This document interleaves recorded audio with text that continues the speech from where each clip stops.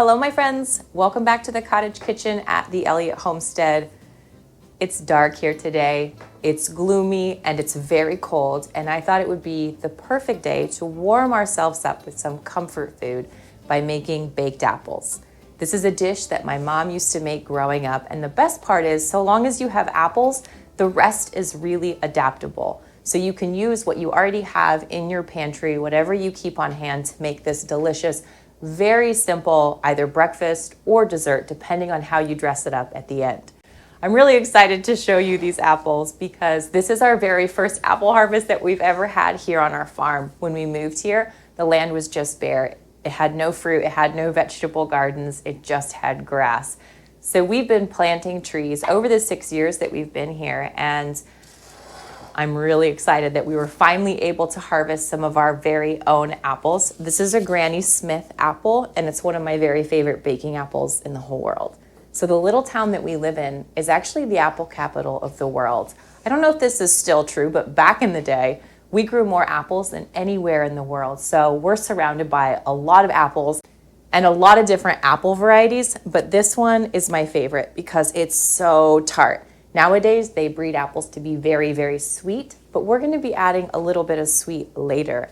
I love the tartness of this apple. It has some bite to it. They're really easy to find at your supermarket, but of course, use whatever apples you have. And if you don't have apples, I guess you could certainly use pear, although they don't stand up to the baking quite like an apple does. Now, to start off, you could certainly peel this, but I'm not even going to do that. I grew these myself, so I know that they haven't been sprayed or treated with anything. There's no wax on the outside to wipe off. And frankly, I really like eating the skins of apples. In fact, when I eat an apple, like just normal, I eat the entire thing. The only thing I don't eat is the stem. But that's just the way that I am. All we need to get started is a cutting board, a spoon and a knife, whatever you want to use. We're going to cut the apples in half and scoop out the middle. And I'm going to be nestling my apples down in this gorgeous Made In copper pan. And I would love to thank Made In for sponsoring this video. Today I'm going to be baking my apples in Made In Saucier copper pan, and you can save 10% off your first purchase of Made In copper pans by using the special link below the video. This is a pan that's a professional quality product, but that's really designed for the home cook. Made In's products have over 70,000 five-star reviews, which is the most five-star reviews of any cookware brand. I know there's a lot of cookware out there for you to choose from as you stock your home kitchen. And as someone who cooks for a living, I can genuinely tell you that stocking your kitchen with these high-quality Made In products is a great decision. The copper saucier pan that I'm using today is made in France and modernized with a stainless clad interior. That means you never have to worry about retinning your copper, and it can withstand temperatures twice as high. I use this on the stovetop and also in the oven. The lid comes in really handy for slow cooking meats, stews, and yes, baked apples. You can save 10% off your first purchase of Made In products by using the link below the video. So you can see my apples are actually pretty small, especially compared to what you'd see at a grocery store. The reason for that is that I was so overly excited to have a tree full of apples rather, that I didn't thin the apples. And if you just let all of them grow, then they tend to bunch together and grow really small. So if I would have eliminated about a third of the apples on the tree, then the ones that were left would have had the opportunity to grow a lot bigger. But I didn't do that, and that's okay. My baked apple halves will just be a little bit smaller, most likely, than yours will be. So I'm just scooping out the inside using the tip of a spoon to just sort of grab those seeds and break out the middle. And that's going to create a little cradle to hold the delicious filling that we're going to make in. All right, I'm not going to give you an exact amount of apples that you'll need because it really will depend on what kind of pan you use and how big your apples are. But you can see I filled in the whole bottom of this Made In pan, which works really well because you're going to want a pan that can go into the oven, which this one can, up to 500 degrees. I've got my oven just preheated to 350. That's all we'll need for this recipe. And I have a lid, and you're going to want a lid that can go on top because before we kind of roast and toast the apples, we want to soften them. And we do that by using a lid to hold the steam in. So choose your pan wisely. All right, let's go make that filling.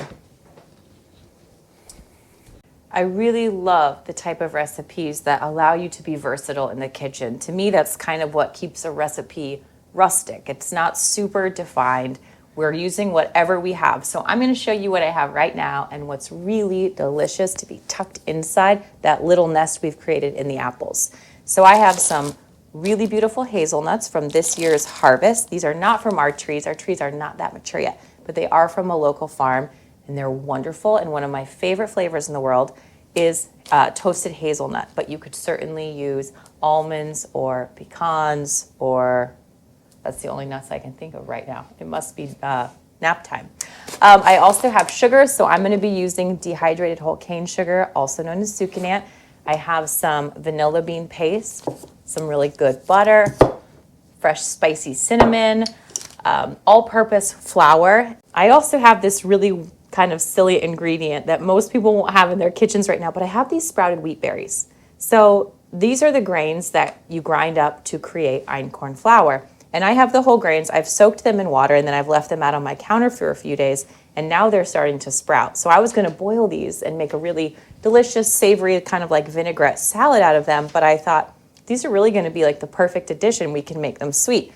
If you don't have those, you can certainly just use rolled oats or steel cut oats, or really just no grain at all.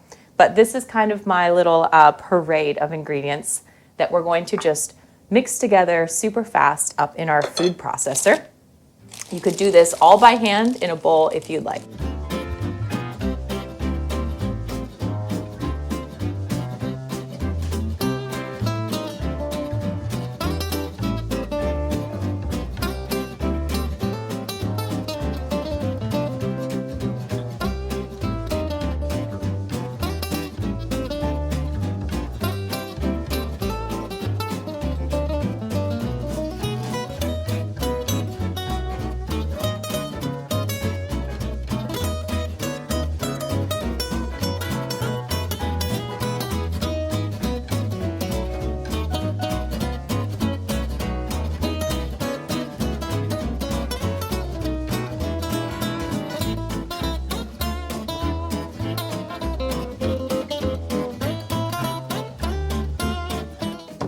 Okay, I think total prep time for our sweet little apples here has been about 2 minutes.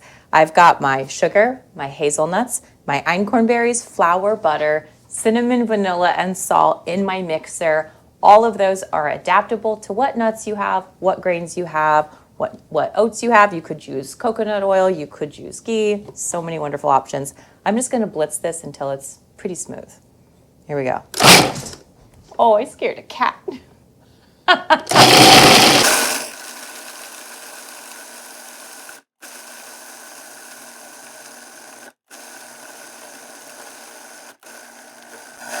Check it out.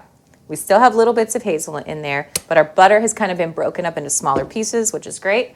You could just use a spoon, but I happen to have this really cool little scooper that I bought for $4 at the grocery store, and I love it.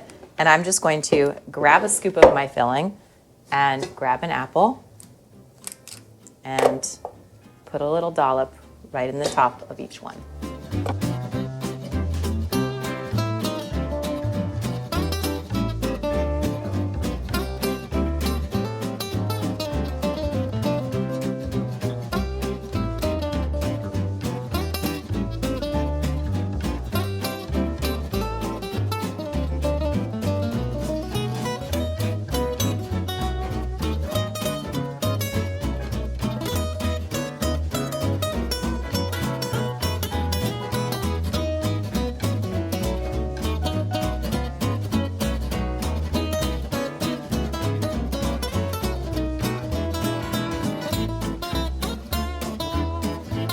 All right, last one. It's pretty good on the filling. I love when that happens. All right, lid is going to go on, and this is going to hold the water, hold the steam in from the apples, and use that same steam to make them nice and tender. So into a 350 oven for about 25 minutes, which is a time I'm going to use to prep the rest of dinner. And then after that 25 minutes, the lid is going to come off, and I'm going to give them about 20 more minutes to get nice and golden after that.